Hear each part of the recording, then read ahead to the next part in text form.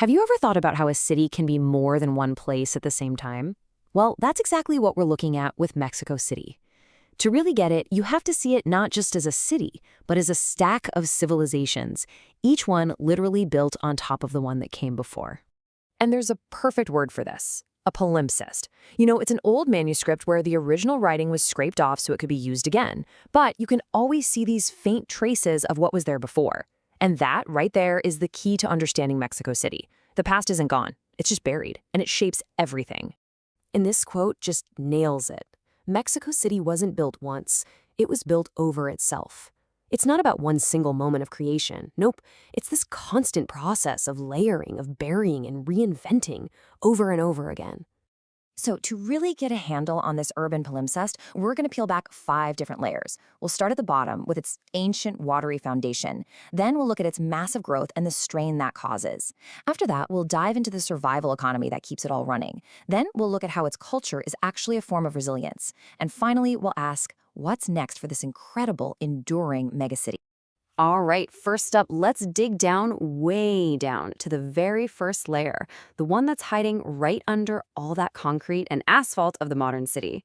So, long before the Spanish ever showed up, this place was Tenochtitlán, the amazing capital of the Aztec Empire. And it was an absolute marvel of engineering. I mean, a huge city built right in the middle of a lake, with canals for streets and these ingenious floating gardens called chinampas. But the Spanish didn't just conquer Tenochtitlan, they buried it.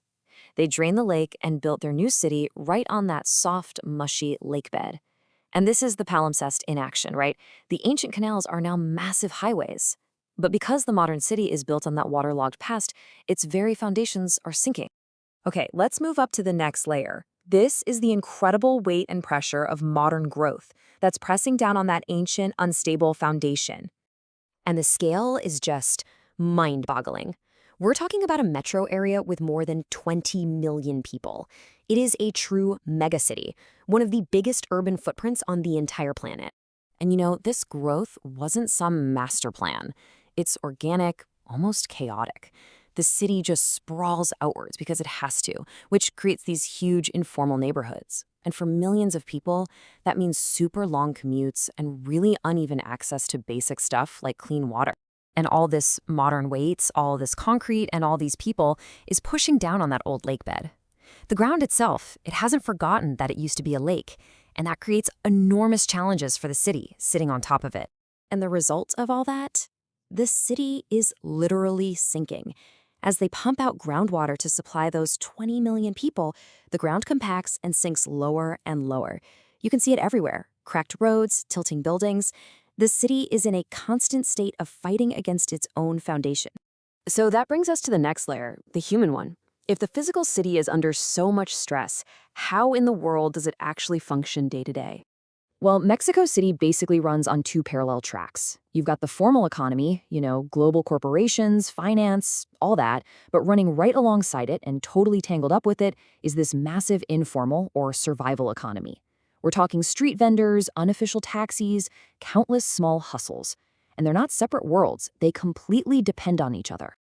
This economic reality creates some of the most visible inequality you'll ever see. In a luxury neighborhood, you might have guaranteed water and private security, but just a few miles away in an informal settlement, people are struggling for both. That contrast is it's a defining feature of the entire city. But here's the thing you really have to understand. This informality, it isn't a sign that the city has failed. It's actually proof of the incredible, resilient adaptation of its people. When the formal systems don't provide, people create their own solutions. It's a system born out of pure necessity. Now let's get to the most visible layer, the one that is just bursting with life and color right on the surface. The city's unbelievable culture. In Mexico City, culture is not something you go see in a museum. It is everywhere. It's in the incredible street art, the music that's always playing, the world-class food on every corner, the powerful public protests, and all the daily rituals that give life its rhythm. The public spaces are just alive. And this is a really critical point. Culture here is not just for fun. It's not leisure. It's a tool for survival. It's the social glue that holds this massive, complicated city together through everything. Earthquakes, economic crises, you name it. It's how the city absorbs shock and how it responds with creativity and defiance. So, after all these layers, what's the next chapter being written on this palimpsest?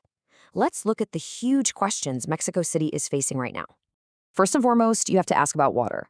Can it solve this bizarre paradox? You've got a city that was built on a lake, but now it faces chronic water shortages, and at the same time it's sinking because it's draining its own aquifer. That's its original foundational challenge.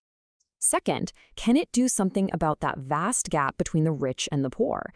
Can it find a way to provide more equitable access to opportunities and basic services for all its millions of residents? And finally, the big one.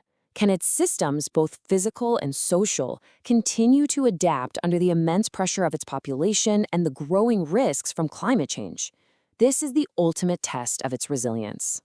The answer isn't going to be some perfect, shiny master plan. Mexico City isn't going to be rebuilt from scratch. Its future, just like its past, is going to be a story of improvisation.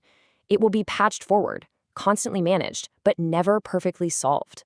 And that really leaves us with this final thought. For a city like this, a city built on so many layers of history and contradiction, survival was never about being perfect. It's always been about endurance. That relentless, creative, and defiant ability to just keep going.